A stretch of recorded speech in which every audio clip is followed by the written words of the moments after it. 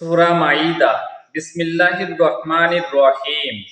হে রাসূল, তোমার প্রতিপালকের নিকট হইতে তোমার প্রতি যাহা অবতীর্ণ হইয়াছে তাহা প্রচার করো। যদি না করো তবে তো তুমি তাহার বার্তা প্রচার করিলে না। আল্লাহ তোমাকে মানুষ হইতে রক্ষা করিবেন। নিশ্চয় আল্লাহ কাফির সম্প্রদায়কে সৎপথে পরিচালিত করেন না।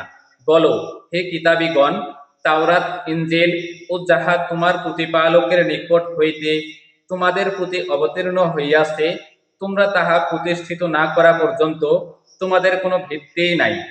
তোমার প্রতিপালকের নিকট হইতে তোমার প্রতি যাহা অবতীর্ণ হইয়াছে তাহা তাহাদের অনেকের ধর্মদ্রোহিতা ও অবিশ্বাসই বর্ধিত করিবে।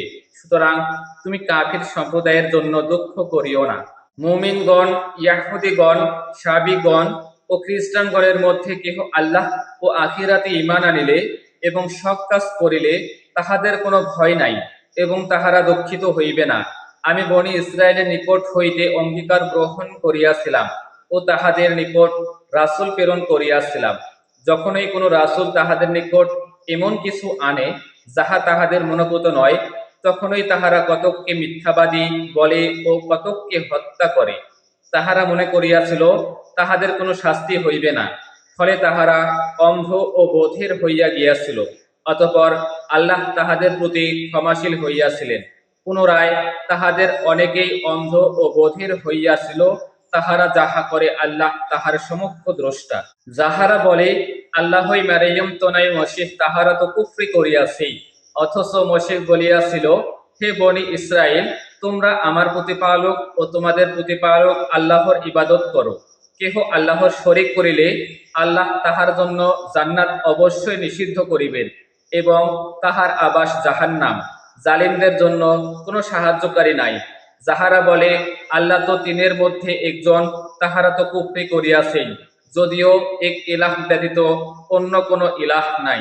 তাহারা যাহা বলে তাহা হইতে নিবৃত্ত না হইলে তাহাদের মধ্যে যাহারা কুফরি করিয়াছে তাহাদের ওপর অবশ্যই মর্মন্তুদ শাস্তি আপতিত হইবেই।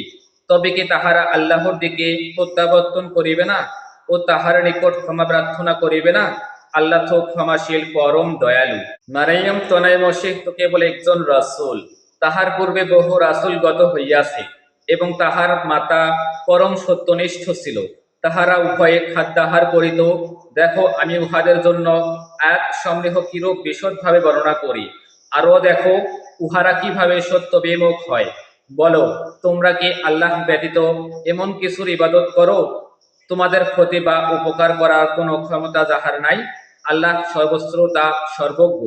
বলো, হে কিতাবীগণ, তোমরা তোমাদের দিন সম্বন্ধে অন্যায় বাড়াবাড়ি করিও না এবং যে সম্প্রদায় ইতপূর্বে পথভ্রষ্ট হইয়াছে, অনেককে পথভ্রষ্ট করিয়াছে ও সরল পথ হইতে বিচ্যুত হইয়াছে, তাহাদের খেয়াল খুশির অনুসরণ করিও না।